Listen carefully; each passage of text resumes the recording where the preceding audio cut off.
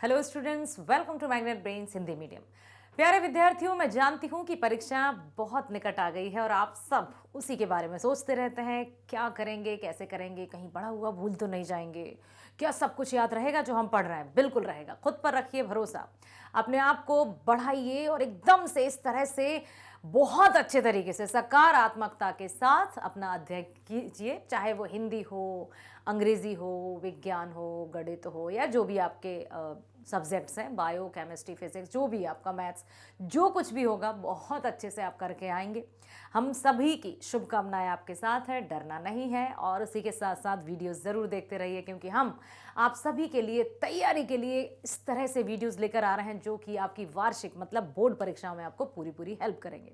जैसे देखिए, आज मैं लेकर आई हूँ आपके लिए कक्षा 12वीं हिंदी इलेक्टिव की मैं बात करूँ तो CBSE previous year question solution अपठित गद्यांश, जो कि कितने सालों पुराने, यस 2022 21-22 में जो परीक्षा हुई उससे लेकर के प्रीवियस ईयर मतलब 2013 तक के अपठित गद्यांश आपके लिए हम लेकर आए हैं। 13, 14, 15, 16, 17, 18, 19, 20, 21, 22 7 ईयर्स का कलेक्शन आपके लिए, ताकि आपको किसी भी तरह का इतना सा भी डाउट ना रहे, इतना सा भी डर ना रहे कि परीक्षा कैसे देंगे, क्या होगा, क्या करेंगे। सब कुछ बहुत अच्छे से होगा, बस तैयारी बहुत अच्छे से कीजिएगा, अपने आप का ख्याल रखिएगा। जिस तरह से मैं हमेशा कहती हूँ कि पहले हमें अपने आप का ध्यान रखना होगा, तभी जब हम शारीरिक रूप से एकदम फिट रहते हैं तभी हम मानसिक रूप से स्वस्थ रहते हैं।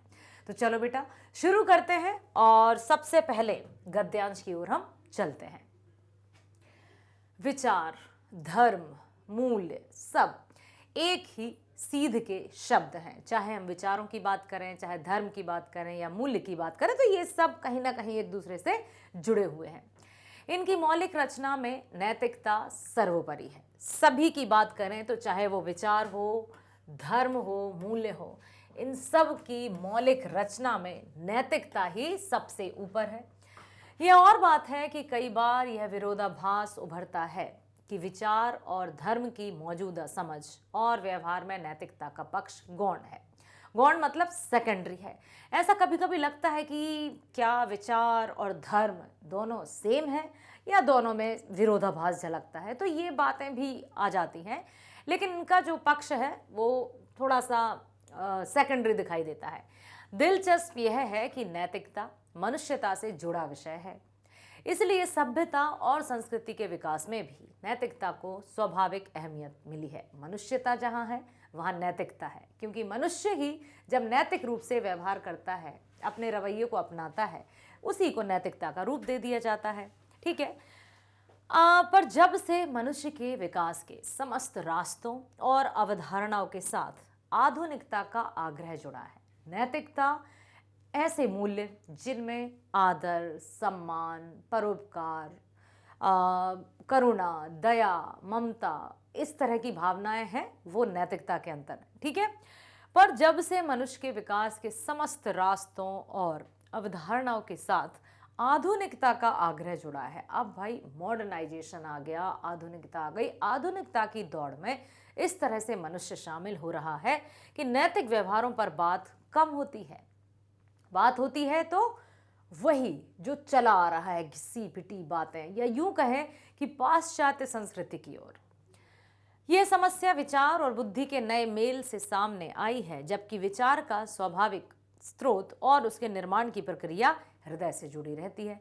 हम किसी के बात को या किसी की होड़ करना हमारे लिए शोभा नहीं देता, क्योंकि हम बुद्धिमान प्राणी हैं। यदि एक जैसा काम कर रहा है हम भी उसी की तरह कॉपी करते जाएंगे तो फिर मनुष्य और पशु में क्या भेद रह जाएगा। ठीक है। तो यहाँ पर हमें अपनी बुद्धि का इस्तेमाल करना है। बुद्धि का हस्तक्षेप साहित्य पर हावी हुआ है।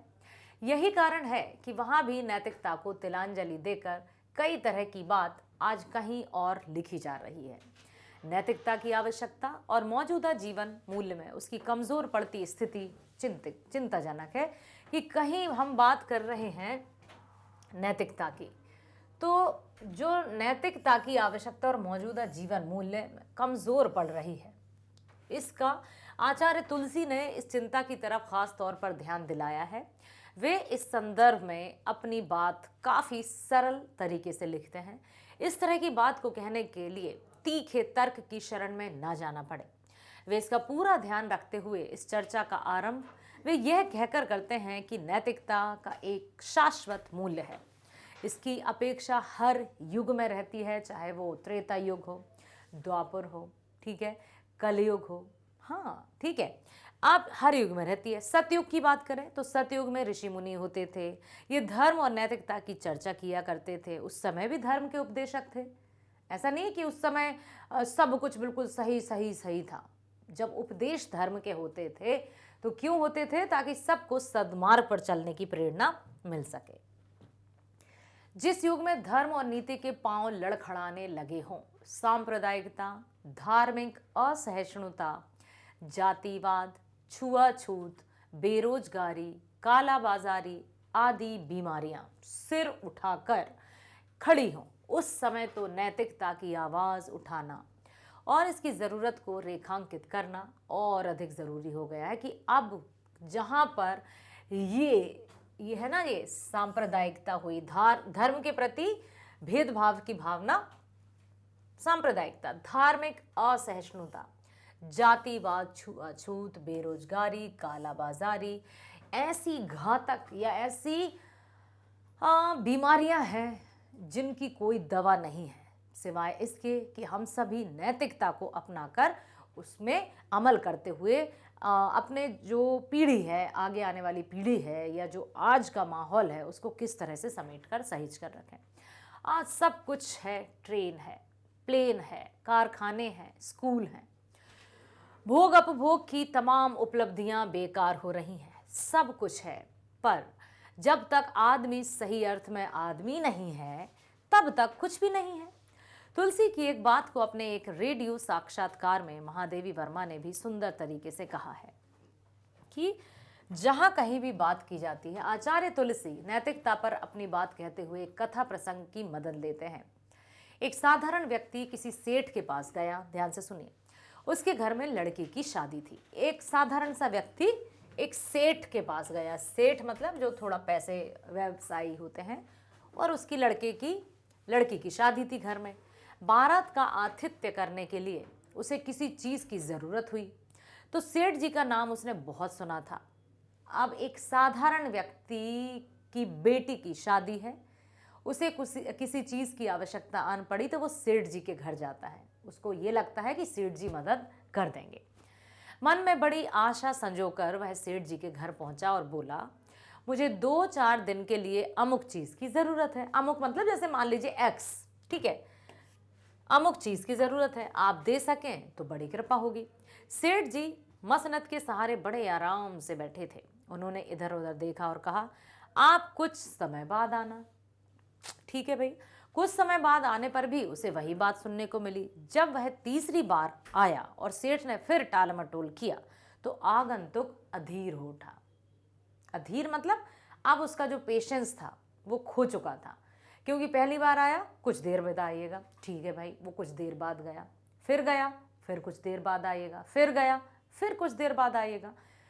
अब जब वो अपना संयम खो बैठा और वो अधीर हो गया, वह अपनी अधीरता जाहिर करते हुए बोला, भाई साहब बात क्या है, मुझे और भी कई काम करने हैं, आज मेरी दुविधा को समाप्त कीजिए। सेठ जी सुनकर गंभीर हो गए और अपनी कठिनाई बताते हुए बोले, भाई तुम अन्यथा मत समझो, मैं क्या करूं, यह कोई आदमी नहीं है।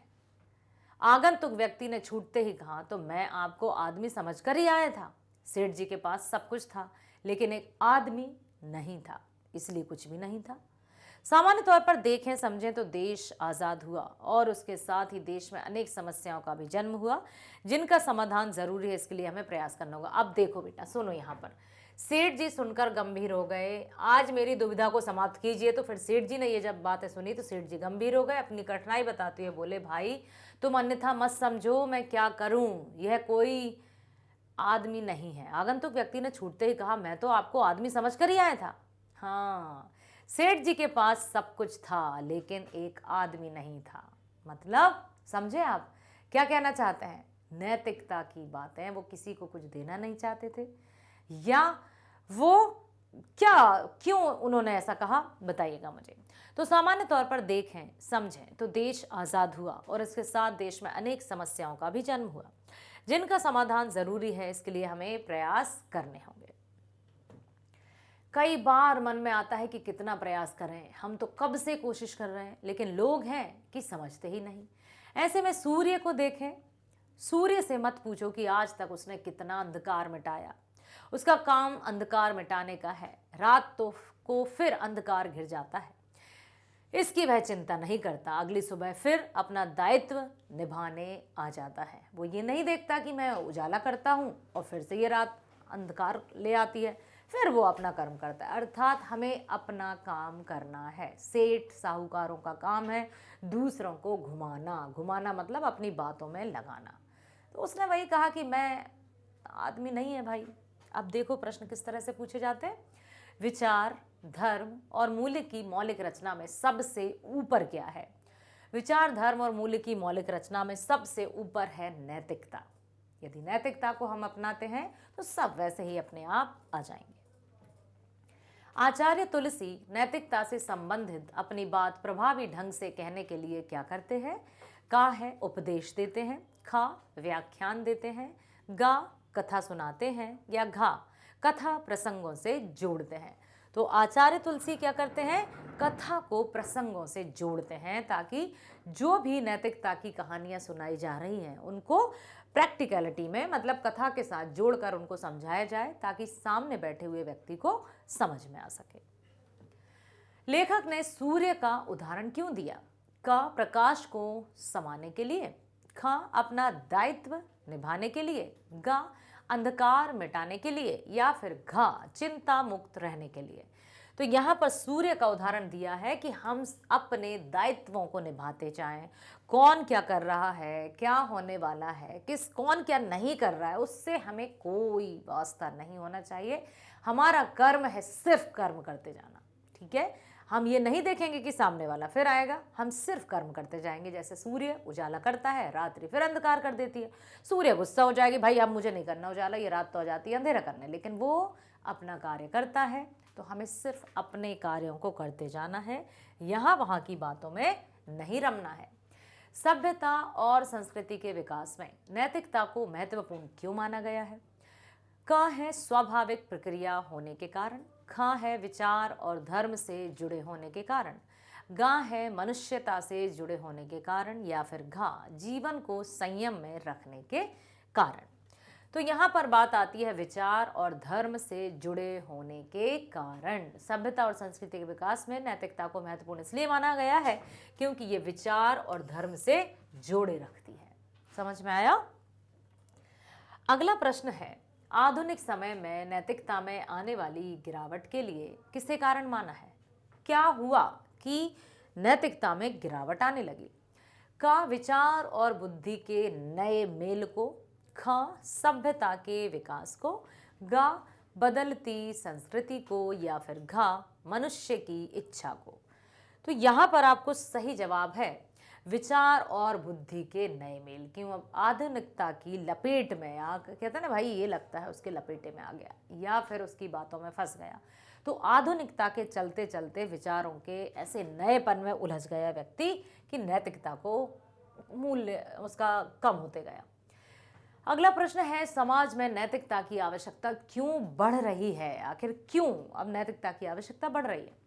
का बढ़ते सामाजिक पतन के कारण, खा भौतिकता की ओर रुझान के कारण, गा विचार और बुद्धि की प्रधानता के कारण, या फिर घा धर्म के प्रति दिखावे की प्रवृत्ति के कारण। तो समाज में नैतिकता की आवश्यकता इसलिए बढ़ रही है क्योंकि धर्म के प्रति दिखावे की प्रवृत्ति के कारण सभी, कोई भी धर्म वाले व्यक्ति हो, सब अपने अपने धर्म को ऊंचा और दी बेस्ट बनाने के चक्कर में आपस में लड़ रहे हैं, मनमुटाव की भावनाएं ला रहे हैं उनके मन में, जिसके कारण नैतिकता की अधिक आवश्यकता है। आज सब कुछ है, अच्छा आदमी नहीं है। इससे यह निष्कर्ष निकलता है कि का है आज सिद्धांतवादी आदमी नहीं है, खा आज ईमानदार आदमी का अभाव है या कमी है, गा आज धार्मिक व्यक्ति नहीं है, या फिर घा आज नैतिक व्यक्ति नहीं है। आप समझ में आई वो बात?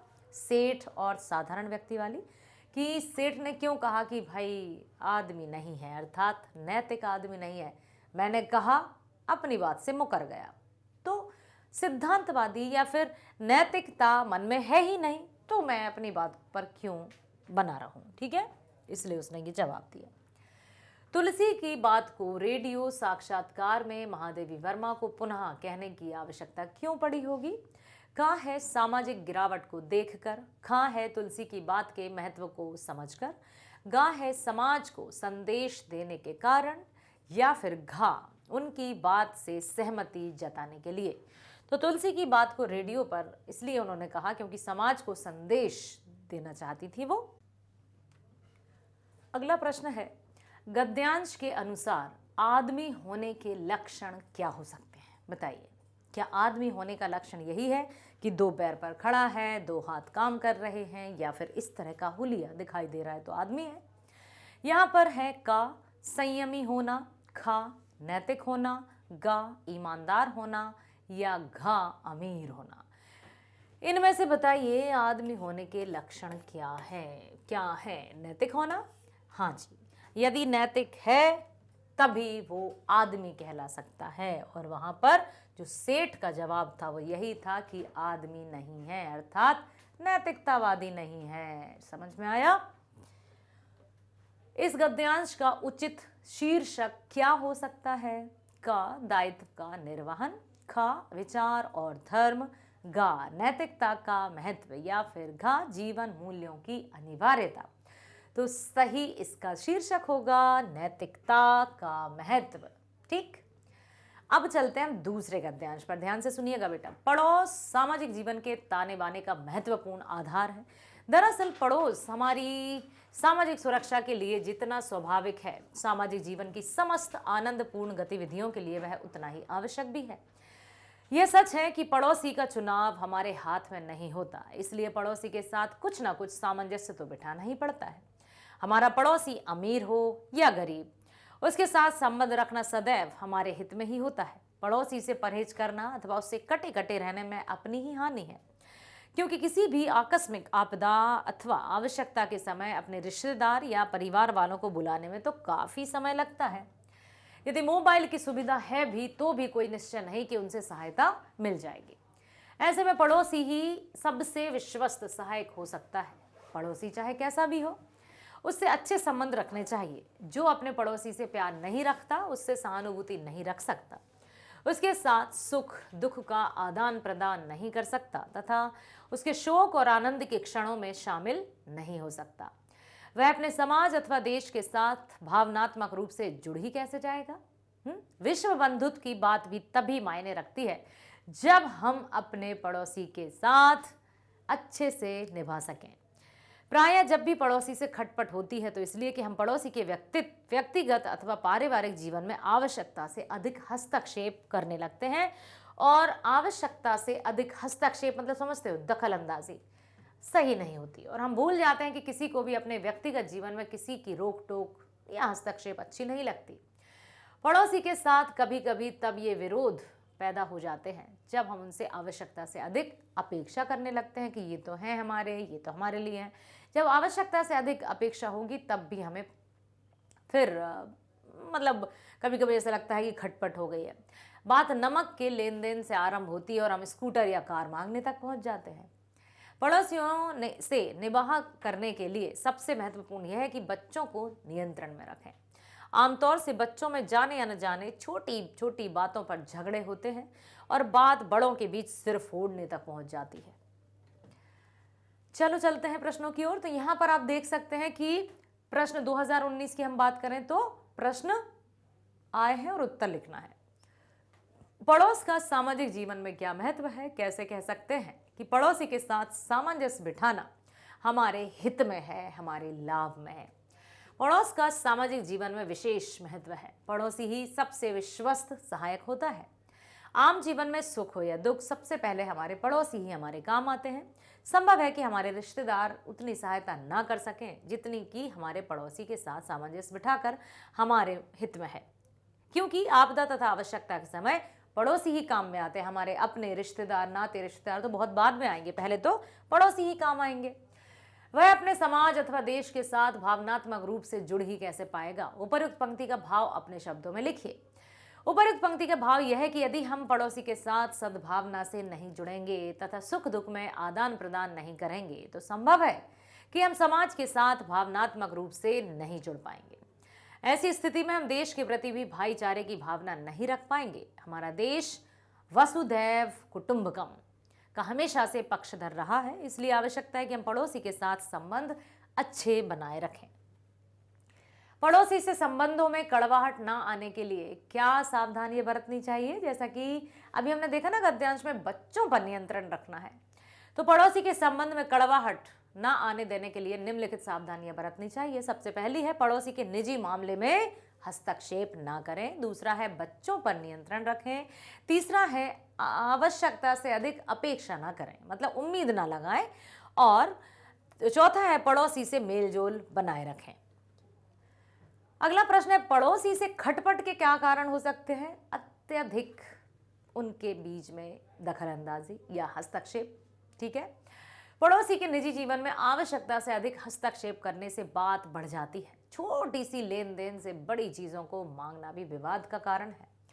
बच्चों के झगड़ों में जब बड़े आ जाते हैं तो वहां भी संबंध टूटने लगता है। अतः ये सभी पड़ोसी से खटपट के कारण हो सकते हैं। पड़ोसी से खटपट रोकने के कौन से उपाय लेखक ने सुझाए हैं, तो निम्नलिखित लेखक ने उपाय सुझाए हैं। पड़ोसी के निजी जीवन में कभी हस्तक्षेप नहीं करना चाहिए। दूसरा है लेन देन के मामलों में नियंत्रण रखना चाहिए। तीसरा बताया है कि आमतौर पर बच्चों का झगड़ा होने के कारण बड़ों के बीच भी तनाव की स्थिति आ जाती है, जिस कारण संबंध टूटने लगते हैं, इसलिए अपने बच्चों पर नियंत्रण रखना चाहिए। गद्यांश का एक उपयुक्त शीर्षक दीजिए। तो पड़ोसी समाज का एक महत्वपूर्ण अंग गद्यांश का उपयुक्त शीर्षक है। जब हम पड़ोसी से बहुत अच्छे से मेल मिलाप के साथ रह सकते हैं तभी वसुधैव कुटुंबकम की जो भावना है वो सार्थक सिद्ध हो सकती है। तीसरा गद्यांश है 2018 पर हम पहुंच चुके हैं बेटा। वस्तुतः बोली गोली से अधिक असरदार होती है। ओहो, आपने वो सुना होगा देशभक्ति गीत, भर जाता है गहरा घाव जो बनता है गोली से, पर वो घाव नहीं भरता जो बना हो कड़वी बोली से। दो मीठे बोल कहो मेरे देश प्रेमियों। तो यहाँ पर बोली गोली से अधिक असरदार होती है। हम शब्दों द्वारा ही औरों को अपना बनाते हैं और शब्दों से ही अपने पराये भी बन सकते हैं। कौन सा शब्द कब, कहाँ, किसके लिए बोलना है, इसका ध्यान रखना ही औचित्य है और भाषा का यह औचित्य शब्द सौंदर्य का अहम हिस्सा है। सच तो यह है कि शब्दों का दुरुपयोग प्रायः होता है और इस दुरुपयोग को रोकने का उपाय शब्दों का सदुपयोग है। कि किस तरह से आपने वो सुना होगा ना, मधुर वचन है औषधि, कटुक वचन है तीर, श्रवण सुबह संचरे साले सकल शरीर। अर्थात मधुर वचन औषधि का काम करते हैं और वहीं पर कटु वचन तीर के समान चुभ जाते हैं। विशेषणों के प्रयोग में हम प्रायः अति उत्साहवश या अज्ञानवश उनका दुरुपयोग करते हैं। ऐसे निरर्थक प्रयोग करते हैं कि स्थिति हास्यास्पद हो जाती है। सामान्य व्यवहार के लिए हमें बहुत बड़े शब्द भंडार या साहित्यिक अभिव्यक्तियों की आवश्यकता नहीं होती, क्योंकि सबका शब्द ज्ञान व्यापक हो ये आवश्यक नहीं। अपनी बात को साफ शब्दों में और सफाई से कह पाना और उनसे वांछित अर्थ को प्रेरित कर पाना किसी तपस्या से कम नहीं है।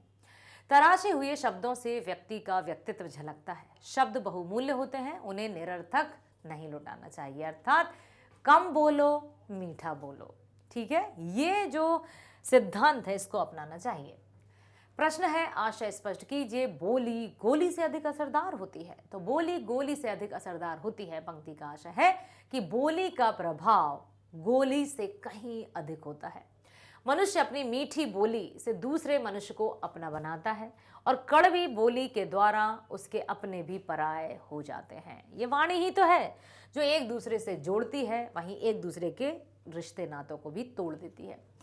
दूसरा प्रश्न है भाषा के संदर्भ में औचित्य किसे कहा गया है और क्यों।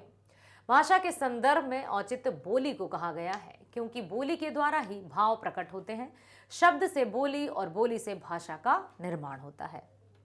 अगला प्रश्न है शब्दों का दुरुपयोग से लेखक का क्या आशय है, उसे कैसे रोका जा सकता है। शब्दों का दुरुपयोग शब्दों के सदुपयोग से रोका जाता है। यदि हमसे कोई गलती हुई, हमने कोई ऐसी बात कह दी किसी के साथ जो किसी के हृदय को ठेस पहुंचाती है, तो हम ही हैं जो उस पर मरहम पट्टी लगा सकते हैं।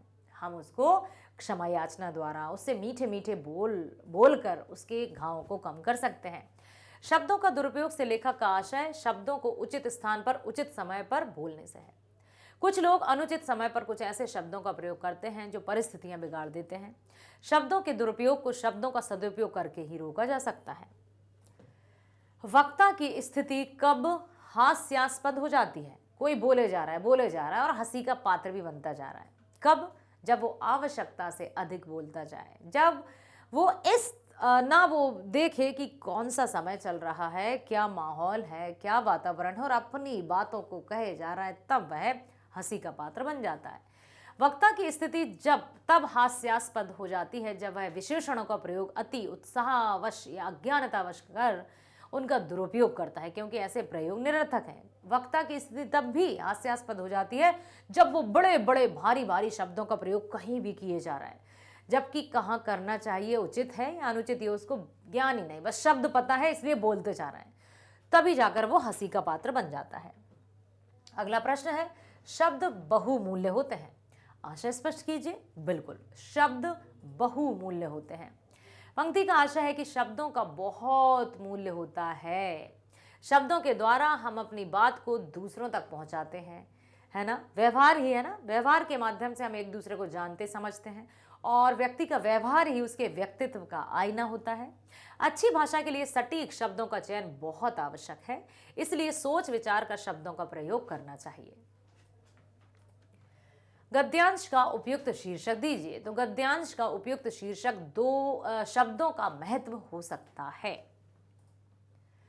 चौथे गद्यांश पर हम पहुंच चुके हैं। 2017 पतझड़ ऋतु आने पर जेल के हमारे आंगन में नीम के पेड़ से पत्तों के गिरने पर मन में कभी कभी चिंता होने लगती है कि यह पेड़ काल आया है या उसकी केवल काया पलट हो रही है। मतलब ऐसा लगता है कि पेड़ का काल आ गया क्या, पेड़ का अंतिम समय आ गया, या फिर उसकी काया पलट हो रही है, उसका जो फिजिकल स्ट्रक्चर है, या फिर उसमें मतलब आज उसकी पत्तियां गिर रही हैं, कल उसमें हरी भरी आ जाएंगी। वो तो पत्तों को गिरते देखकर मन में विषाद का भाव उत्पन्न होना चाहिए, किंतु ऐसा बिल्कुल नहीं होता, उल्टा मजा आता है। पत्ते इतने झड़ते हैं मानो टिड्डी दल फैल गया हो। मालूम होता है पत्तों को कितने ही गोल गोल चक्कर काटने पड़ते हो, उन्हें नीचे उतरने की थोड़ी भी जल्दी नहीं होती, और फिर गिरने के बाद क्या वे चुपचाप पड़े रहेंगे? नहीं, कदापि नहीं। जब नीम के पत्ते झड़ते हैं, कितने अच्छे से यहाँ पर लेखक ने लिखा है कि जब नीम के पत्ते झड़ते हैं तो वो डायरेक्ट झड़ेंगे और टपक जाएंगे नीचे? नहीं, आएंगे हवा में गोल गोल गोल गोल गोल गोल, यहाँ वहाँ जाएंगे, फिर कहीं जाकर आएंगे, तो और वो जब जमीन पर गिर गए तो वो चुपचाप पड़े रहेंगे? नहीं, वहाँ भी उथल पुथल मचाते रहते हैं। ठीक है। छोटे बच्चे जिस प्रकार दौड़ने का और एक दूसरे को पकड़ने का खेल खेलते हैं, उसी प्रकार ये पत्ते भी इधर से उधर और उधर से इधर गोल गोल चक्कर काटते रहते हैं। हवा के झोंकों के साथ ये हंसते कूदते मेरी ओर दौड़ाते हैं। मुझे लगता है कि इन पत्तों को थोड़ी देर बाद पेड़ से फूटने वाली कोपलों को झटपट जगह दे देने की ही अधिक जल्दी होगी। सांप जिस प्रकार अपनी केंचुली उतार कर फिर से जवान बनता है, उसी प्रकार पुराने पत्ते त्याग कर पेड़ भी वसंत ऋतु का स्वागत करने के लिए फिर से जवान बनने की तैयारी करता होगा। अर्थात पतझड़ के बाद ही वसंत आती है, और वसंत में पतझड़ में पेड़ पौधों से पत्ते गिर जाते हैं, फिर वसंत ऋतु के आगमन से उनमें नई नई कोपलें आती हैं। इसलिए कहने का मन नहीं होता कि ये पत्ते टूटते हैं या गिरते हैं, ये पत्ते तो छूट जाते हैं। हाथ में पकड़ के रखा हुआ कोई पक्षी जैसे पकड़ कुछ ढीली होते ही चकमा देकर उड़ जाता है ना, उसी प्रकार से पत्ते तेजी से छूट जाते हैं। ये विचार भी मन में आता है कि ये पत्ते गिरने वाले तो हैं ही, तो फिर सबके सब एक साथ क्यों नहीं गिरते? अब यहाँ पर ये भी सही बात है कि पत्ते गिरना है, पेड़ को मतलब पेड़ पूरा पतझड़ हो जाएगा, तो फिर एक साथ क्यों नहीं गिर जाते, एक साथ नहीं आ जाते? पर्णहीन, पर्ण मतलब पत्ता, तो बिना पत्तों के वृक्ष की मुक्त शोभा तो देखने को मिलेगी। जिस पेड़ पर एक भी पत्ता नहीं रहा हो और अंगुलियां टेढ़ी मेढ़ी करके जो पागल के समान खड़ा है, क्योंकि जो टहनियां हैं, जो डालियां हैं, वो आड़ी टेढ़ी हैं और जो आकाश के पर्दे पर कालीन के चित्र के समान मालूम हो रहा है, उसकी शोभा कभी कभी आपने ध्यान देकर निहारी है क्या? पर्णहीन मतलब बिना पत्तों के टहनियों की जाली सचमुच ही बहुत सुंदर दिखाई देती है।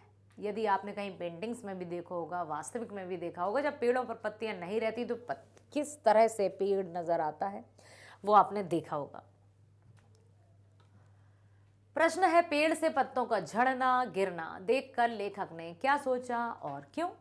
पेड़ से पत्तों का झड़ना गिरना देखकर लेखक ने सोचा कि ये पत्ते गिरने वाले तो हैं ही, परंतु ये एक साथ क्यों नहीं गिरते? लेखक यह इसलिए सोचता है क्योंकि वह पर्णहीन वृक्ष की मुक्त शोभा अर्थात पत्तों से रहित वृक्ष के सौंदर्य के दर्शन करना चाहता था। इसलिए पत्तों की तुलना टिड्डी दल से क्यों की गई है? क्योंकि जब पतझड़ के समय वृक्षों से पत्ते गिरते हैं तो वो ऐसे उड़ते, ऐसा तो है नहीं कि झड़े और एकदम से नीचे गिर गए, तो ऐसा लगता है जैसे टिड्डी दल आ रहा हो। और टिड्डी दल कैसे आता है? दल मतलब समूह, ठीक। तो लेखक ने पत्तों की तुलना टिड्डी दल से इसलिए की है क्योंकि जिस प्रकार टिड्डियों का समूह एक साथ उड़ता है, उसी प्रकार पेड़ से एक साथ गिरते हुए उड़ते हुए पत्ते भी टिड्डी के दल के समान प्रतीत हो रहे हैं। हवा के झोंकों से पत्तों पर क्या प्रभाव पड़ा और लेखक ने उसकी तुलना किससे की है? किससे की थी? छोटे छोटे बच्चों से। जैसे छोटे छोटे बच्चे खेलते कूदते फादते एक दूसरे को पकड़ रहे हैं, छुपन छुपाई खेल रहे हैं, कोई लंगड़ी टांग खेल रहा है, या मतलब यहाँ वहाँ उछल कूद रहे हैं, उसी प्रकार से जब पतझड़ का मौसम आता है तो पत्ते भी इसी तरह से उछल कूद मचाते हैं। हवा के झोंकों के साथ पत्ते हंसते कूदते हुए लेखक की ओर दौड़ाते हैं। लेखक पत्तों की तुलना छोटे बच्चे से करते हुए कहते हैं कि जिस प्रकार छोटे बच्चे दौड़ने का तथा एक दूसरे को पकड़ने का खेल खेलते हैं, उसी प्रकार ये भी इधर उधर गोल गोल चक्कर काटते रहते हैं, ऐसा लगता है जैसे खेल रहे हों। पत्तों के टूटने को लेखक ने छूटने की संज्ञा क्यों दी है, उसकी तुलना किससे की है? तो यहाँ पर टूटने के स्थान पर छूटना शब्द एक सकारात्मकता की ओर संकेत करता है। टूटना मतलब टूट कर बिखर जाना, लेकिन छूटना जैसे स्टेशन से गाड़ी छूटी, छुक छुक छुक, ठीक है, जा रहे हैं कहीं, तो पत्तों का टूटना एक नकारात्मक संदर्भ को उजागर करता है। इसी कारण लेखक ने पत्तों को छूटने की संज्ञा दी है। लेखक ने पेड़ के पत्तों की तुलना पक्षी से करते हुए कहा है, जिस प्रकार हाथ में पकड़ा हुआ कोई पक्षी पकड़ ढीली होते ही उड़ जाता है, ठीक उसी प्रकार पत्ते भी तेजी से छूट जाते हैं। टूट जाते हैं नहीं, छूट जाते हैं, ठीक है। लेखक के स्वभाव में उतावलापन है, यह किस प्रकार पता चला? क्या लेखक भी जल्दबाजी करते हैं? उतावलापन मीन्स बहुत एक्साइटमेंट वाला।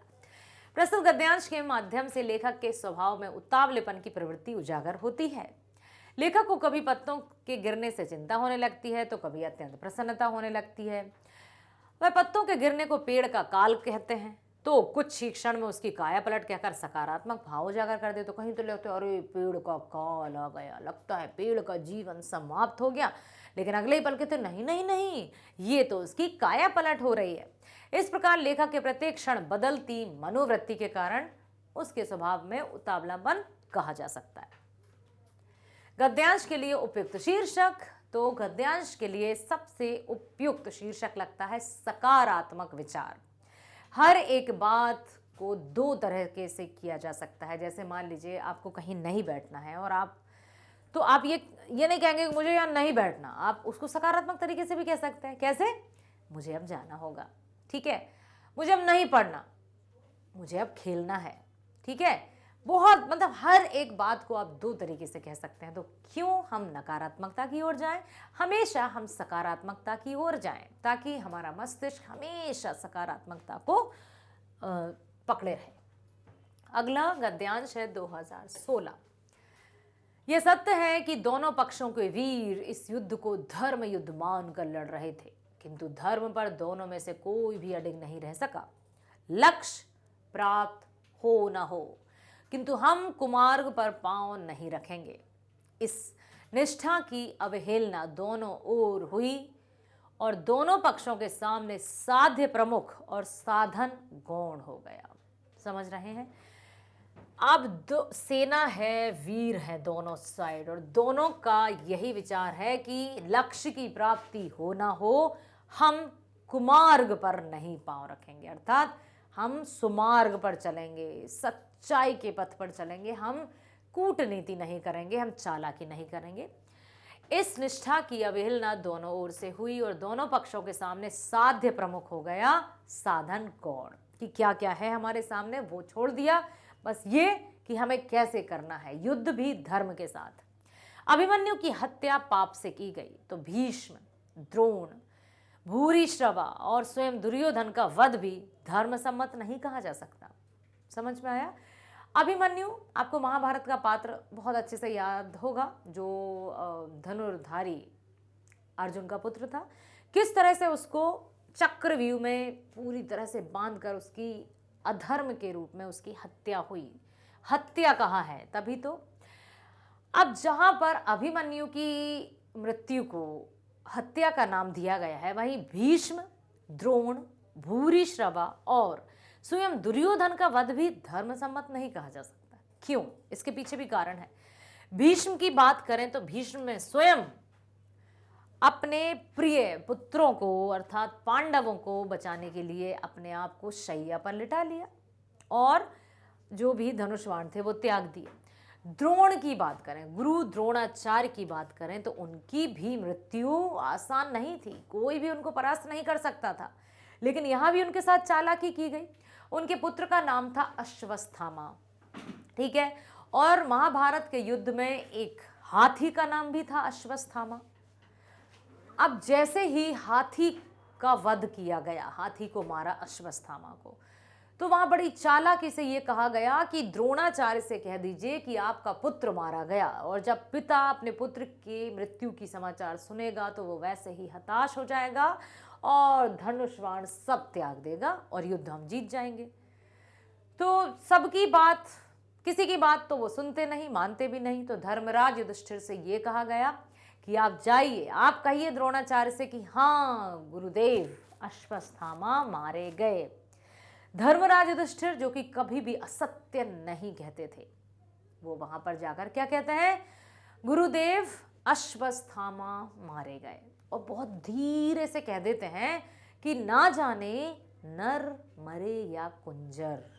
ये बात उन्होंने बहुत धीरे से कही थी कि हाँ अश्वत्थामा मारे गए, अश्वत्थामा मारे गए। तो गुरु द्रोणाचार्य ने जब ये सुना तो सब कुछ त्याग दिया। लेकिन धर्मराज युधिष्ठिर ने, कृष्ण ने ये कहा था, कहते हैं ना कि जो है विधि का विधान उसे कोई नहीं टाल सकता। तो वहां पर अब भूरिश्रवा और स्वयं दुर्योधन का वध कैसे हुआ? दुर्योधन गांधारी, उनकी मां थी, धृतराष्ट्र की पत्नी थी, हमेशा आंखों पर पट्टी रहती थी। ये उनकी प्रतिज्ञा थी कि उनके पति नेत्रहीन थे, तो उन्होंने भी आजीवन अपनी आंखों में पट्टी बांधे रहने का संकल्प किया। और जब दुर्योधन युद्ध भूमि के लिए जा रहा था तो उसको ये उनके गुरुजी ने कहा था या किसने कि तुम जाओ और गंगा नदी में स्नान करके सूर्योदय से पहले आओ, और कुछ ऐसा था, मैं थोड़ा सा विस्मृत हो रहा है, फिर तुम्हें कोई मार नहीं सकेगा, कोई परास्त नहीं कर सकेगा। उसी अवस्था में लेकिन तुम आना लौटकर और अपनी माता से आशीर्वाद लेना। अब बेचारा दुर्योधन जा रहा था, जैसे स्नान किया और बिल्कुल उसी अवस्था में वो अपनी माता किसके पास? गांधारी के पास जा रहा था। रास्ते में फिर श्री कृष्ण मिल गए और बोले, अरे दुर्योधन, तुम इस तरह अपनी माता के पास जाओगे? कुछ तो लाज शर्म करो। तो उसने जो केले मेले के पत्ते थे वो अपने शरीर में लगा लिए, और जब गांधारी ने अपनी आंखों से पट्टी खोली तो उसकी आंखों से बहुत तेज शक्ति निकली। वो देखकर ये कहने लगी कि पुत्र, ये क्या किया तुमने? अब जहां जहां पर गांधारी के नेत्रों की वो शक्ति दुर्योधन पर पड़ी, वहां कोई बाल भी बांका नहीं कर सकता था, उसका कुछ हो ही नहीं सकता था उसका। इसीलिए गदाधारी भीम जब अंत में जब दोनों का युद्ध हुआ, द्वंद्व युद्ध हुआ, तो उसको कहीं भी चोट ही नहीं लगती थी, हंसता रहता था। तो श्री कृष्ण ने कहा था कि मझले भैया यहां मारिए, यहां, तब जाकर कहीं जाकर उसको परास्त किया गया था। तो ये सारी जो है वो भी कहीं न्याय संगत मृत्यु नहीं हुई है। इसी का बताया है कि चाहे वो भीष्म हो, चाहे द्रोण हो, भूरिश्रवा हो, या फिर स्वयं दुर्योधन का वध भी धर्म सम्मत नहीं कहा जा सकता। जिस युद्ध में भीष्म, द्रोण, श्री कृष्ण विद्यमान हो, उस युद्ध में भी धर्म का पालन नहीं हो सके। इससे तो यही निष्कर्ष निकलता है कि युद्ध में कभी धर्म के पथ पर रहकर लड़ा नहीं जा सकता। ठीक है। हिंसा का आदि भी अधर्म है, मध्य भी अधर्म है और अंत भी अधर्म है। जिसकी आंखों पर लोभ की पट्टी नहीं बंधी है, जो क्रोध और आवेश अथवा स्वार्थ में अपने कर्तव्य को भूल नहीं गया है, जिसकी आंख साधना की अनिवार्यता से हटकर साध्य पर ही केंद्रित हो गई है, साध्य मतलब एकदम लक्ष्य, वह युद्ध जैसे मलिन कर्म में कभी भी प्रवृत्त नहीं होगा। युद्ध में प्रवृत्त होना ही इस बात का प्रमाण है कि मनुष्य अपने रागों का दास बन गया है। राग मतलब भोग, विलास, लोभ, लालच। ये फिर जो रागों की दासता करता है वह उनका नियंत्रण कैसे करेगा? अगर यह कहिए कि विजय के लिए युद्ध अवश्यंभावी है, तो विजय को मैं कोई बड़ा ध्येय नहीं मानता। जिस ध्येय की प्राप्ति धर्म के मार्ग से नहीं की जा सकती, वह या तो बड़ा ध्येय नहीं है, अथवा अगर है तो फिर उसे पाप के मार्ग से पाने का प्रयास व्यर्थ है। संग्राम के कोलाहल में चाहे कुछ भी सुनाई ना पड़ा हो, किंतु आज मैं अपनी आत्मा की इस पुकार को स्पष्ट सुन रहा हूं कि युधिष्ठिर, तुम जो चाहते थे वह वस्तु तुम्हें नहीं मिली। संग्राम तो जैसे तैसे समाप्त हो गया, किंतु उससे देश भर में हिंसा की जो मानसिकता फैली, उसका क्या होगा? क्या लोग हिंसा के खेल को दोहराते जाएंगे, अथवा यह विचार कर शांति से काम कर लेंगे कि शत्रुओं का भी मस्तिष्क उतारना बर्बरता और जंगलीपन का काम है? युद्ध से कभी किसी का भला नहीं हुआ है, युद्ध ने कभी किसी का हित नहीं किया है। युद्ध हमेशा सर्वनाश की ओर ही संकेत करता है। अतः हमें भाईचारे की भावना के साथ ही रहना चाहिए। प्रश्न आया है, कौरवों और पांडवों ने महाभारत युद्ध को धर्म युद्ध क्यों माना? तो कौरवों और पांडवों ने महाभारत का युद्ध धर्म युद्ध मानकर लड़ा, परंतु दोनों में कोई भी धर्म पर अडिग नहीं रहा। लक्ष्य प्राप्ति ना हो, किंतु हम कुमार्ग पर पांव नहीं रखेंगे, इस निष्ठा का अतिक्रमण दोनों ओर से किया गया। कहा तो था कि चाहे हमें विजय प्राप्त होना हो, हम कुमार्ग पर नहीं चलेंगे, लेकिन दोनों ओर से बिल्कुल सब कुछ खत्म कर दिया गया। दोनों ओर से साध्य को महत्व दिया गया, साधन बहुत गौड़ हो गया। क्या हो रहा है यह नहीं देखा गया, सिर्फ जीत जीत जीत। अगला है, मलिन कर्म से क्या आशा है? युद्ध को मलिन कर्म क्यों कहा गया? मलिन कर्म मतलब मैला, है ना, पूरी तरह से ऐसे कर्म जो हिंसा उत्पन्न करते हैं, ऐसे कर्म जो आपसी मतभेद उत्पन्न करते हैं। जो व्यक्ति हिंसा, अधर्म, लोभ, क्रोध, आवेश या स्वार्थ में अपने कर्तव्य को भूल जाता है, वह मलिन कर्म करता है। युद्ध भी मलिन कर्म है, इसलिए मलिन है क्योंकि युद्ध में व्यक्ति रागों का दास बन जाता है। बस उसे सत्ता सत्ता सत्ता और सिर्फ सत्ता दिखाई देती है। युद्ध में प्रवृत्ति रखने वाले लोगों की क्या पहचान बताई गई है? तो युद्ध में प्रवृत्ति रखने वाले लोगों की यह पहचान बताई गई है कि जो व्यक्ति युद्ध में प्रवृत्त हो गया है वह रागों का दास बन गया। और राग मतलब जहां लोभ, लालच, मोह, माया सब चीज एकत्रित होकर व्यक्ति को अपना गुलाम बना देती है। और जो रागों का दास बन गया, बस तो जो रागों की दासता करता है, ऐसा व्यक्ति युद्ध पर नियंत्रण नहीं कर सकता। अब है अगला प्रश्न, हिंसा का आदि, मध्य और अंत को अधर्म क्यों माना गया है? हिंसा का आदि, मध्य और अंत को अधर्म इसलिए माना गया है, चाहे वो युद्ध की शुरुआत हो, चाहे वो उसका मध्य हो या अंत, सब कुछ अधर्म है, क्योंकि युद्ध में हिंसा ही होती है। युद्ध का आरंभ और अंत हिंसा से ही होता है। ऐसा नहीं है कि युद्ध हो रहा है और सब बड़े अच्छे से हंसते खेलते हुए लौट जाएं। युद्ध हिंसा, युद्ध मतलब प्रारंभ से लेकर अंत तक उसमें हिंसा है और पूरी तरह से हिंसक होता है युद्ध, इसलिए उसको अधर्म कहा गया है। अगला प्रश्न है, साध्य और साधन से आप क्या समझते हैं? कैसे कहा जा सकता है कि महाभारत साध्य प्रमुख और साधन गौण हो जाए? तो बेटा, साध्य का अर्थ लक्ष्य है, जैसा मैंने अभी बताया कि साध्य अर्थात लक्ष्य। साधन से अर्थ किसी लक्ष्य को प्राप्त करने के लिए अपनाया जाने वाला मार्ग, कि किस मार्ग पर हम चल रहे हैं। उपयोग किए जाने वाले उपकरण है। महाभारत में दोनों पक्षों का लक्ष्य युद्ध में विजय प्राप्त करना था।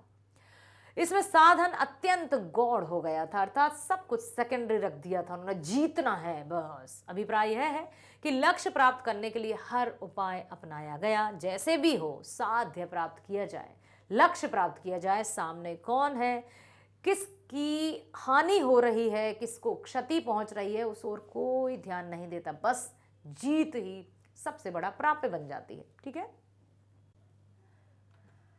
अगला प्रश्न है, प्रस्तुत गद्यांश के लिए एक उपयुक्त शीर्षक दीजिए। तो प्रस्तुत गद्यांश का उपयुक्त शीर्षक है युद्ध धर्म युद्ध नहीं।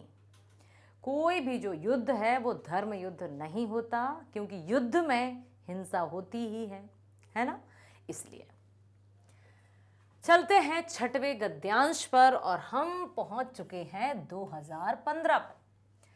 महिलाओं की मर्यादा और उनसे दुर्व्यवहार के मामले भी अन्य मामलों की तरह न्यायालयों में ही जाते हैं, किंतु पिछले कुछ दिनों से ऐसे आचरण के लिए स्वयं न्यायपालिका पर उंगली उठाई जा रही है। काफी हद तक यह समस्या न्यायपालिका की नहीं बल्कि हमारे पूरे समाज की ही कही जा सकती है। जज भी समाज के ही अंग है, इसलिए यह समस्या न्यायपालिका में भी दिखाई देती है। हमारे समाज में कानून के पालन को लेकर बहुत शिथिलता है। शिथिलता समझते हो, ढीलापन, लचीलापन, लापरवाही, और अक्सर कानून का पालन ना करने को सामाजिक हैसियत का मानक मान लिया जाता है। अब यहां पर क्या बात है, वीआईपी संस्कृति का मूल सिद्धांत यह है कि जिसे सामान्य नियम कानून पालन नहीं करने होते, मतलब वीआईपी मतलब जो सामान्य कानूनों का पालन नहीं करेगा, वह महत्वपूर्ण व्यक्ति होता है। छोटे शहरों कस्बों में सरकारी अफसरों की हैसियत बहुत बड़ी होती है और जज भी उन्हीं हैसियत वाले लोगों में शामिल होते हैं। ऐसे में अगर कुछ जज यह मान लें कि वे तमाम सामाजिक मर्यादाओं से भी ऊपर हैं, तो यह कहा जा सकता है, हो सकता है माना यह जाना चाहिए कि जितने ज्यादा जिम्मेदार पद पर कोई व्यक्ति है, उस पर कानून के पालन की जिम्मेदारी भी उतनी ही ज्यादा है। खास तौर से जिन लोगों पर कानून की रक्षा करने और दूसरों से कानून का पालन करवाने की जिम्मेदारी है, उन्हें तो इस मामले में बहुत ज्यादा सतर्क होना चाहिए। लेकिन वास्तव में इससे बिल्कुल उल्टा होता है। जिसके हाथ में जो जिम्मेदारी सौंपी जाती है, वो उस जिम्मेदारी के प्रति पूरी तरह से लापरवाह हो जाता है और उसको लगता है कि अब मैं चाहे कुछ भी करूं, मुझे कौन रोक टोकने वाला। एक समस्या की ओर कई वरिष्ठ जज और न्यायविद ध्यान दिला चुके हैं कि न्यायपालिका में निचले स्तर पर अच्छे जज नहीं मिलते। इसकी एक बड़ी वजह यह है कि अच्छे न्यायिक शिक्षा संस्थानों से निकले अच्छे छात्र न्यायपालिका में नौकरी करना पसंद ही नहीं करते। अच्छे जज क्यों नहीं मिलते? क्योंकि वे देखते आ रहे हैं और उन्हें जज नहीं बनना है, क्योंकि उन्हें कामकाज की परिस्थितियां और आमदनी दोनों ही आकर्षक नहीं लगती। नेशनल लॉ इंस्टीट्यूट को तो बनाया ही इसलिए गया था कि अच्छे स्तर के जज और वकील वहां से निकल सकें, लेकिन देखा यह गया है कि वहां से निकले ज्यादातर छात्र कॉरपोरेट जगत में चले जाते हैं। अन्य प्रतिष्ठित संस्थानों के छात्र भी बजाय जज बनने के प्रैक्टिस करना पसंद करते हैं। जजों की चुनाव प्रक्रिया में भी कई खामियां हैं। खामियां मतलब समझते हो ना बेटे, कमियां हैं जिन्हें दूर किया जाना बहुत जरूरी है, ताकि हर स्तर पर बेहतर गुणवत्ता के जज मिल सकें और जो न्यायपूर्वक फैसला ले सकें। चलते हैं प्रश्नों की ओर। वीआईपी संस्कृति का क्या तात्पर्य और उसका सिद्धांत क्या बताया गया है? भाई वीआईपी मतलब जो कोई सामान्य नियम और कानूनों को पालन नहीं करेंगे वो वीआईपी हैं, क्योंकि हम नहीं करेंगे कानूनों का पालन क्योंकि हम वीआईपी हैं, ऐसा कुछ। वीआईपी संस्कृति में अधिकतर कानून का पालन ना करने को सामाजिक हैसियत का मानक मान लिया है। वीआईपी संस्कृति का मूल सिद्धांत ही है कि जिसे सामान्य नियम कानून पालन नहीं करने होते वह महत्वपूर्ण व्यक्ति होता है। अब जैसे रेड सिग्नल है, नहीं जाना है, कहीं सड़क पार नहीं करनी, और इतने में कोई लाल बत्ती की गाड़ी आ गई, शाओ शाओ शाओ, तो वो वहां जाएगी और बाकी आम जनता चाहे कुछ भी, कितनी भी जल्दबाजी में उसको क्यों ना जाना पड़े, उसको वहां रुकना होगा। लेकिन वीआईपी है, वो किसी की बात नहीं सुनेंगे। अर्थात किसी भी नियम कानून के दायरे में वीआईपी पर्सन्स को या वीआईपी पर्सन्स अपने आप को इन्वॉल्व भी नहीं रखते हैं, शामिल ही नहीं रखते हैं, क्योंकि वीआईपी मतलब किसी काम के प्रति हम जिम्मेदार नहीं। अगला प्रश्न है, छोटे शहरों में जज अपने को सारी सामाजिक मर्यादाओं से ऊपर क्यों मान लेते हैं? छोटे शहरों कस्बों में सरकारी अफसरों की हैसियत बहुत बड़ी होती है और जज भी उन्हीं हैसियत वाले लोगों में शामिल होते हैं। ऐसे में जज अपने को सारी सामाजिक मर्यादाओं से ऊपर मान लेते हैं। जो जज का काम क्या है, क्या कार्य है उसका, कि कहीं भी कोई अन्याय हो रहा हो या कोई आपराधिक मामले हो रहे हो तो उनको रोकना और उनमें सही निर्णय लेना। लेकिन उसको क्या लगता है कि अब मैं एक इतना सत्ताधारी व्यक्ति हूं, मैं चाहे जो करूं, मेरी रोक टोक कौन करेगा। एक बहुत अच्छा चैप्टर है रुको बच्चों, जिसमें बहुत अच्छे से बताया है कि जो बड़े जा रहे हैं सफेद गाड़ी में, चमचमाती गाड़ी में, रुक जाओ बच्चों, उन्हें बहुत जल्दी है, पहुंचेंगे हमेशा लेट। पुलिस हमेशा लेट पहुंचती है लेकिन पुलिस की गाड़ियां बड़ी तेजी से जाती हैं। न्यायाधीश जा रहे हैं, फैसला चाहे जो भी सुनाएंगे लेकिन जल्दी से जा रहे हैं। सफेद पोश, कितने काले कारनामे उन्होंने अपने मन में छिपा के रखे हैं, नहीं दिखाई देगा, क्योंकि उन्होंने सारी सत्ता और सारे अधर्म को अपने हाथ में ले लिया होता है। तो यहां पर यही बताया है। कानून पालन के मामले में किन्हें अधिक सतर्क होना चाहिए और क्यों? तो जिन लोगों पर कानून का पालन करवाने की जिम्मेदारी है, उन्हें कानून पालन के मामले में बहुत ज़्यादा सतर्क होना चाहिए।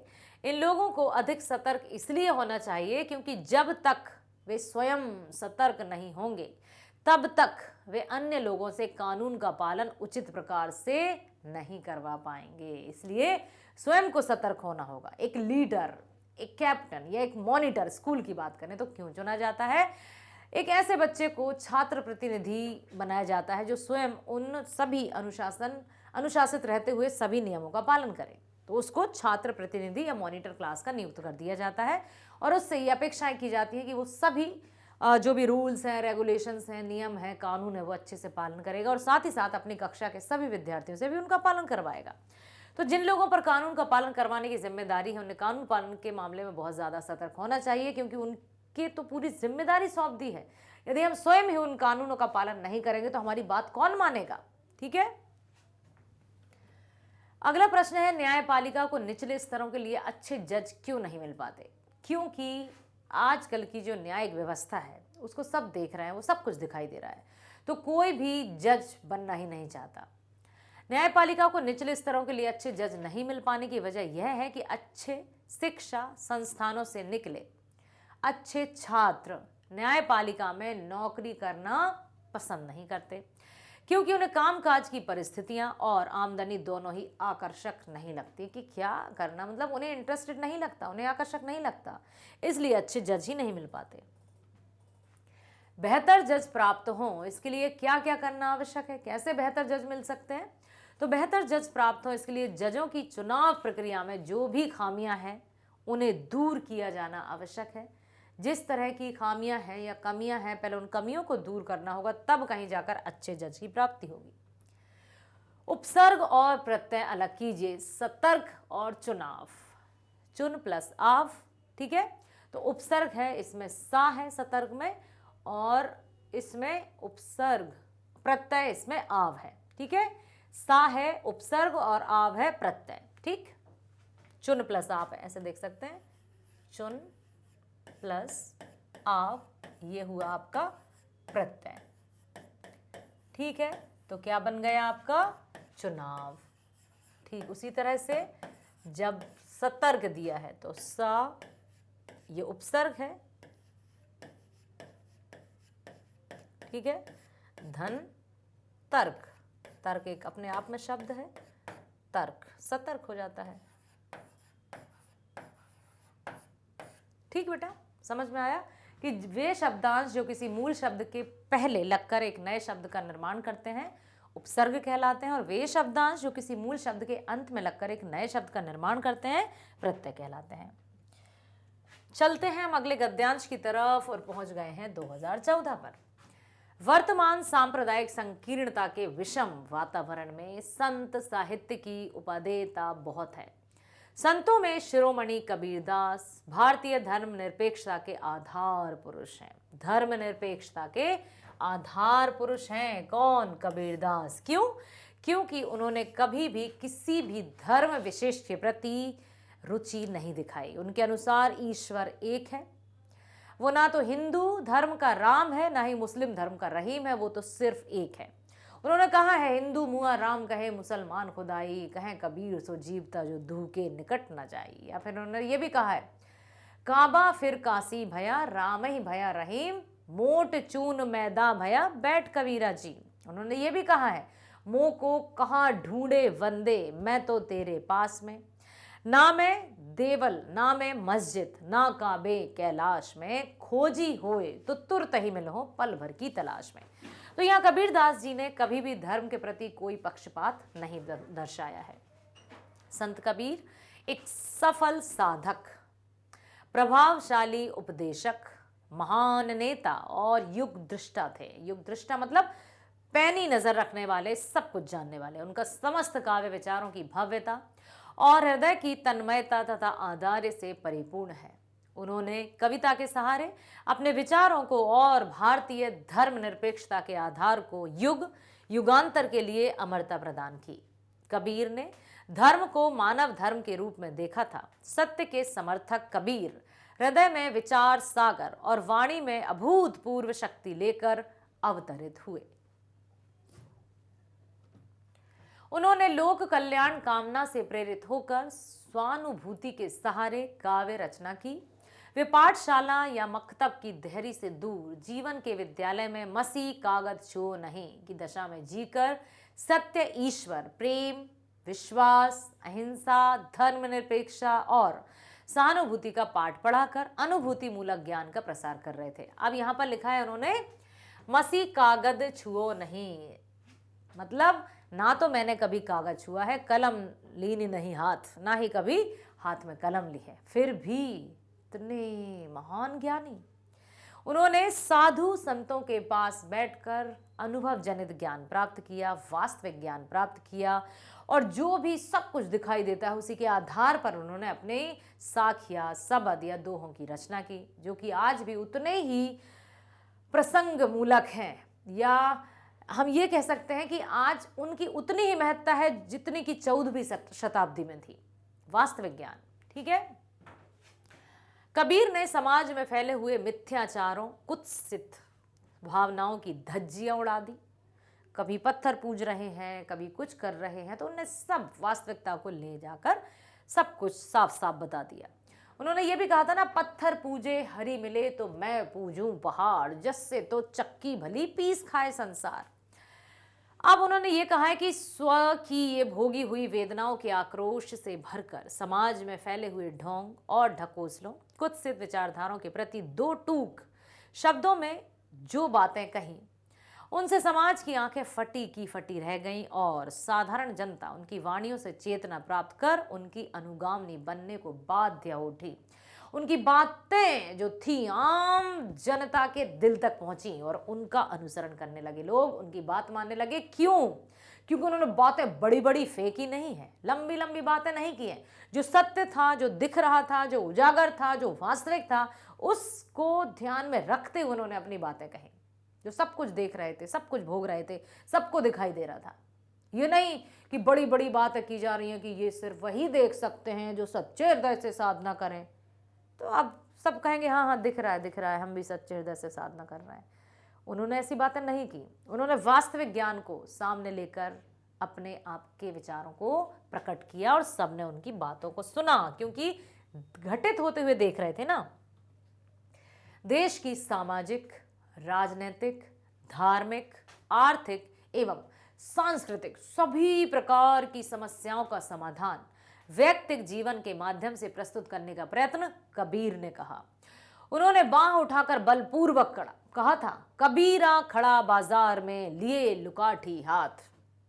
बिल्कुल भरे बाजार में कहा था, कबीरा खड़ा बाजार में लिए लुकाठी हाथ, जो घर जा रे आप ना चले हमारे साथ। यदि जो, अब यहां पर इसका अर्थ मैं बता देती हूं, कबीरा खड़ा बाजार में लिए लुकाठी हाथ, जो घर जा रे आप ना चले हमारे साथ। जो अपने लोभ मोह से बनाया हुआ जो एकदम घर जिसको कहा है उन्होंने, जो लोभ मोह माया से एकत्रित की गई माया को अपना घर समझते हैं, यदि वो अपनी उस माया को फूंक दें, अपने हाथों से जलाकर खाक कर दें, तो वो मेरे साथ हो लें, क्योंकि मैं ऐसी झूठी मोह माया या लोभ लालच के बंधन में कदापि नहीं बनता। साफ साफ कहा था उन्होंने। और बहुत से लोगों ने अपना लोभ मोह माया त्याग कर उनके साथ भी हो लिए थे। अब हम चलते हैं प्रश्नों पर। संत शिरोमणि किसे माना गया है और क्यों? तो कबीरदास जी। कबीरदास भारतीय धर्म एवं निरपेक्षता के आधार पुरुष हैं। उन्होंने धर्म को मानव के रूप में देखा था तथा समाज को सही दिशा देने का प्रयास किया। वह एक सफल साधक, प्रभावशाली उपदेशक, महान नेता के साथ साथ युग दृष्टा थे। युग को सब कुछ दिखाई दे रहा था उनको कि क्या हो रहा है। इसलिए कबीरदास जी को संत शिरोमणि कहा गया है। जब भी कभी संत शिरोमणि से संबंधित प्रश्न आए, इस तरह के एक एक नंबर के प्रश्न भी आ सकते हैं कि संत शिरोमणि किसे कहा जाता है, तो कबीरदास जी को संत शिरोमणि कहा जाता है। हिंदी साहित्य में सूर्य की उपाधि किसको दी गई? सूर्य किसको कहा जाता है? तो सूरदास जी को कहा जाता है। किस वाक्य से प्रतीत होता है कि कबीर पढ़े लिखे नहीं थे, किंतु उन्होंने अपने अनुभव से महान जीवन मूल्यों का ज्ञान किया?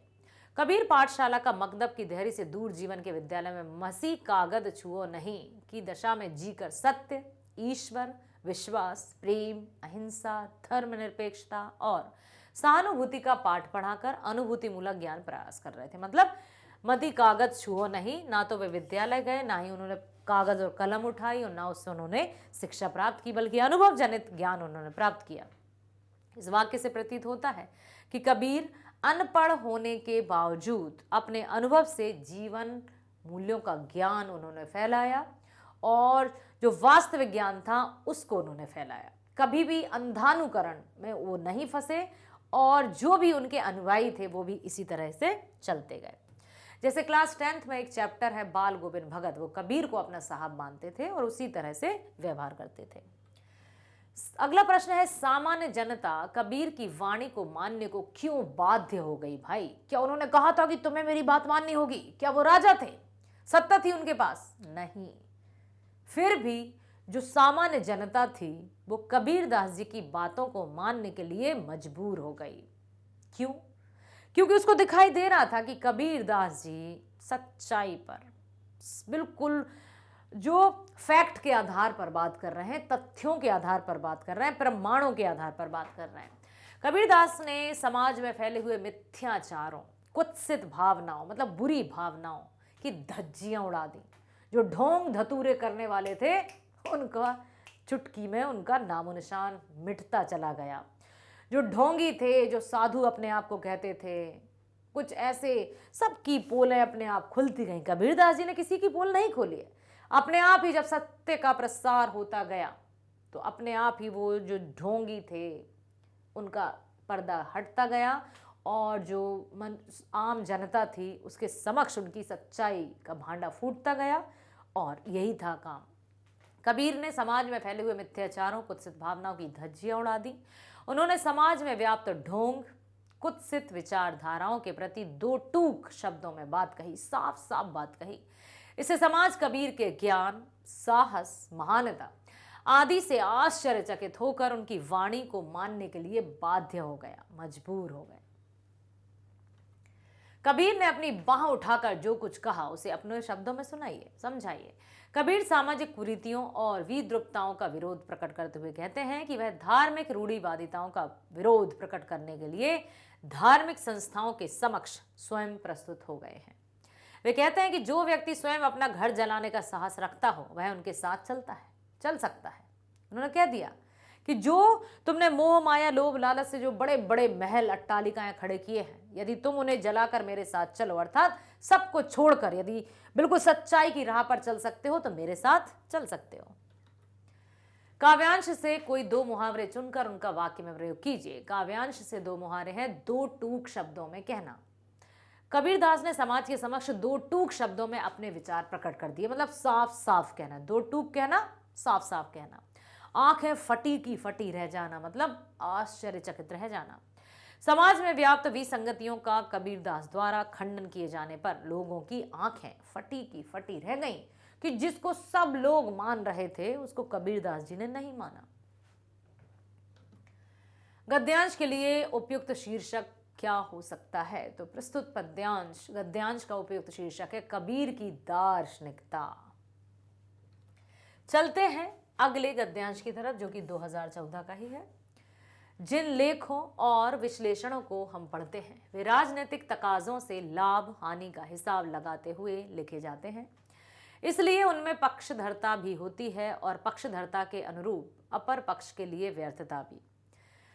इस भजन मंडली के बीच का भजन कह सकते हैं। सांप्रदायिकता अर्थात अपने संप्रदाय की हित चिंता अच्छी बात है। यह अपनी व्यक्तिगत क्षुद्रता से आगे बढ़ने वाला पहला कदम है। इसके बिना मानव मात्र की हित चिंता, जो अभी तक मात्र एक ख्याल ही बन रह गया है, की ओर कदम नहीं बढ़ाए जा सकते। पहले कदम की कसौटी यह है कि वह दूसरे कदम के लिए रुकावट तो नहीं बन रहा है। बिल्कुल सही है। बृहत्तर सरोकारों से लघुतर, मतलब बढ़ते हुए से छोटे वाले सरोकारों का अनमेल पड़ना उन्हें संकीर्ण ही नहीं बनाता, अन्य हितों से टकराव की स्थिति में लाकर एक ऐसी पंगुता पैदा कर देता है, एक ऐसी लाचारी, एक ऐसी विवशता पैदा कर देता है जिसमें हमारी अपनी बाढ़ भी रुक जाती है, उन्नति प्रगति भी रुक जाती है और दूसरों की बाढ़ को रोकने में भी हम एक भूमिका पेश करने लगते हैं। धर्म, संप्रदायों और यहाँ तक कि विचारधाराओं तक की सीमाएं यहीं से पैदा होती हैं, जिनका आरंभ तो मानवतावादी तकाजों से होता है और अमल में वे मानवद्रोही ही नहीं हो जाते बल्कि उस सीमित समाज का भी अहित करते हैं जिसके हित की चिंता को सर्वोपरि मानकर ये चलना शुरू किया था। तो यह क्या है? इसमें यह बताया कि सामुदायिक हितों का टकराव वर्चस्वी हितों से होना अवश्यंभावी है। अवसर की कमी और अस्तित्व की रक्षा के चलते दूसरे वंचित या अभावग्रस्त समुदायों से भी टकराव, प्रतिस्पर्धा की स्थिति पैदा होती है। बाहरी एक रूपता के नीचे सभी समाजों में भीतरी दायरे में कई तरह के असंतोष बने रहते हैं और ये पहले से रहे हैं। सांप्रदायिकता ऐसी है कि संप्रदायों के भीतर भी संप्रदाय, मतलब एक बहुत मुड़ा हुआ सा कोई, मतलब गांठ पड़े हैं और उस गांठ को खोली तो उसमें भी एक गांठ। अब यही तो दिया है बेटा कि सांप्रदायिकता ऐसी है, संप्रदायों के अंदर भी संप्रदाय। भारतीय समाज का आर्थिक ताना बाना ऐसा रहा है कि इसने सामाजिक अलगाव को विस्फोटक नहीं होने दिया और इसके चलते ही अभिजातीय सांप्रदायिक संगठनों को पहले कभी जन समर्थन नहीं मिला। गद्यांश के लिए उपयुक्त शीर्षक है सांप्रदायिकता एक अभिशाप। सांप्रदायिकता, धार्मिक भेदभाव की भावना। अगला प्रश्न, जिन लेखों को हम पढ़ते हैं वे कैसे लिखे जाते हैं, इसका क्या परिणाम होता है? तो जिन लेखों को हम विश्लेषणों को हम पढ़ते हैं वे राजनीतिक तकाजों से लाभ हानि का हिसाब लगाते हुए लिखे जाते हैं, जिसके परिणाम स्वरूप उनमें पक्षधरता भी होती है और पक्षधरता के अनुरूप अपर पक्ष के लिए व्यर्थता भी। किस अर्थ में सांप्रदायिकता को अच्छी बात कहा गया है? क्या सांप्रदायिकता अच्छी बात है? तो बेटा सांप्रदायिकता को अपने संप्रदाय की हित चिंता के लिए अच्छी बात कहा गया है कि सांप्रदायिकता की भावना यदि धर्म के प्रति, अपने संप्रदाय के प्रति हित की बात करे, उसकी चिंता के प्रति कहा है, तब वो सही है। इसके बिना मानव मात्र की हित चिंता, जो अभी तक मात्र ख्याल ही बना रह गया है, की ओर कदम नहीं बढ़ाए जा सकते। हमारे सरोकारों की रुकावट और परस्पर टकराव के क्या परिणाम हो सकते हैं? हमारे सरोकारों की रुकावट और परस्पर टकराव की स्थिति ऐसी पंगुता पैदा कर देती है, अपने आप में, मतलब बढ़ना चाहते हैं आगे लेकिन आ जाते हैं पीछे, जिससे हमारी अपनी बाढ़ रुकती है और दूसरों की बाढ़ को रोकने में भी हम एक भूमिका पेश कर ही देते हैं। इससे व्यक्तिगत अहित के साथ साथ सामाजिक अहित भी होता है, जिससे न केवल व्यक्तिगत उन्नति या विकास ही रुकता है बल्कि सामाजिक या राष्ट्रव्यापी अहित भी हो जाता है। वंचित या अभावग्रस्त समुदाय से क्या तात्पर्य है? इनसे टकराव की स्थिति कब पैदा होती है? वंचित मतलब किसी साधन या सुविधा के बिना, अभावग्रस्त मतलब जो कमियां हैं, जो सुविधा जिनके पास नहीं है। वंचित या अभावग्रस्त समुदाय से तात्पर्य उस समुदाय से है जिसके पास अपनी मूलभूत आवश्यकताओं की कमी हो, अवसर की कमी हो, अवसर की कमी और अस्तित्व की रक्षा के चलते वंचित या अभावग्रस्त समुदाय में टकराव की स्थिति पैदा होती है। भारत में अभिजातीय सांप्रदायिक संगठनों को जन समर्थन क्यों नहीं मिला? क्यों नहीं मिला भाई? तो भारतीय समाज का आर्थिक ताना बाना ऐसा रहा है जिसने सामाजिक अलगाव को विस्फोटक नहीं होने दिया। इसी कारण भारत में अभिजातीय सांप्रदायिक संगठनों को जन समर्थन नहीं मिला। ठीक है, चलते हैं अगले गद्यांश पर और पहुंच गए हम 2013।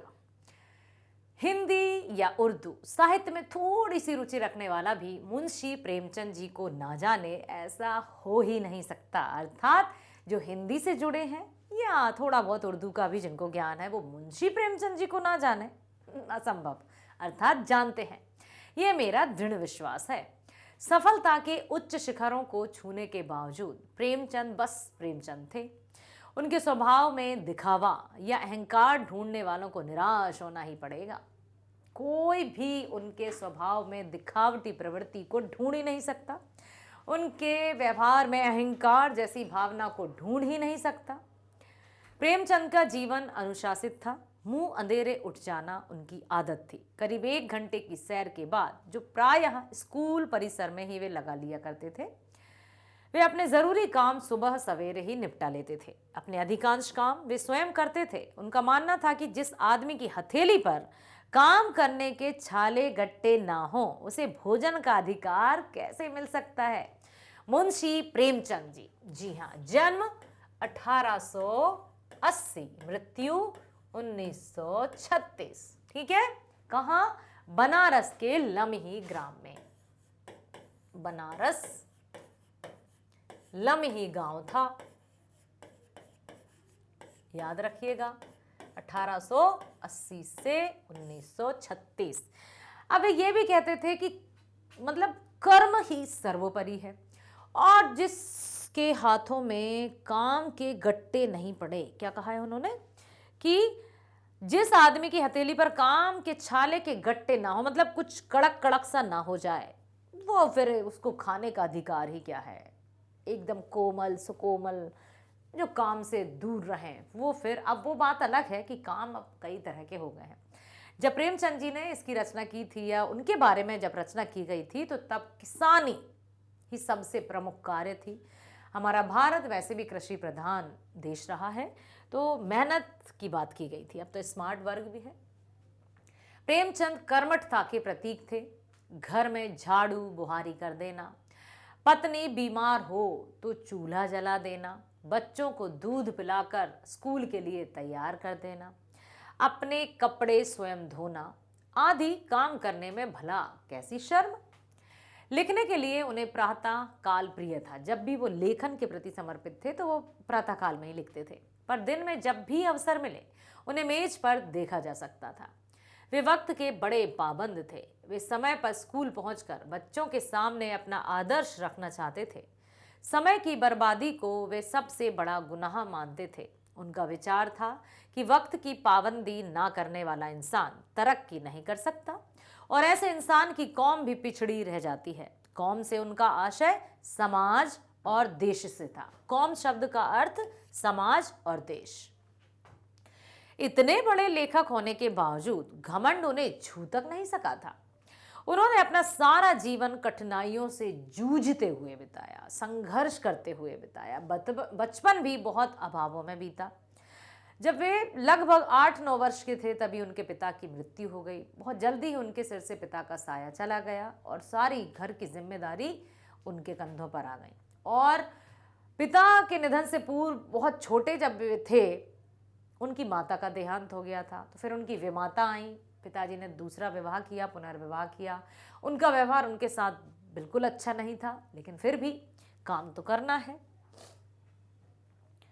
प्रेमचंद जी कौन थे? लेखक का प्रेमचंद के बारे में क्या विश्वास है? तो प्रेमचंद हिंदी साहित्य के प्रमुख लेखक थे। गद्यकार, निबंधकार, कहानीकार, उपन्यासकार।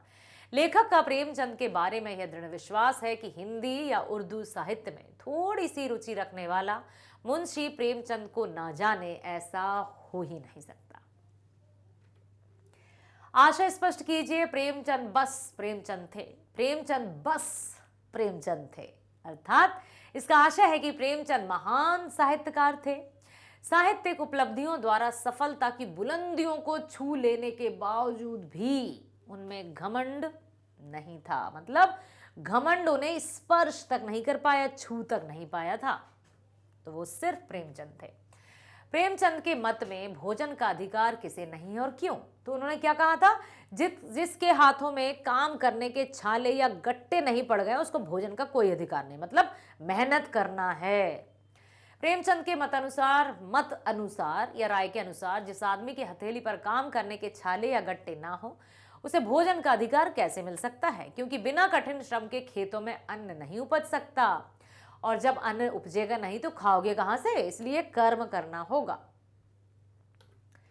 कैसे कह सकते हैं कि प्रेमचंद कर्मठता के प्रतीक थे? तो कर्मठता ये नहीं कि सिर्फ वे लेखन के प्रति समर्पित रहते थे, घर के कामकाज भी वे बराबर करते थे। उस समय में भी, बिफोर फ्रीडम, स्वतंत्रता से पूर्व की बात की जा रही, क्योंकि जन्म 1880, मृत्यु 1936।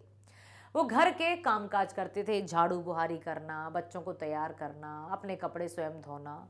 तो प्रेमचंद कर्मठता के प्रतीक थे क्योंकि वे अपने घर का काम स्वयं करते थे। उनका मानना था कि अपने कपड़े धोना, पत्नी के बीमार होने पर चूल्हा जलाना, बच्चों को तैयार करना, समय पर स्कूल पहुंचाना आदि काम करने में भला कैसी शर्म। बाकी कुछ लोग क्या, अधिकतर लोग उस समय की बात करें तो कोई भी घरेलू कामों में हाथ नहीं बटाता था।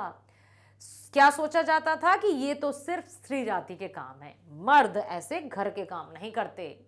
और कोई दूसरा करता था तो कहते थे अरे इसे शर्म नहीं आती, घर के काम कर रहा है। तो उन्हें कोई फर्क नहीं पड़ता था, उनकी दिनचर्या में ये सारे कार्य शामिल थे।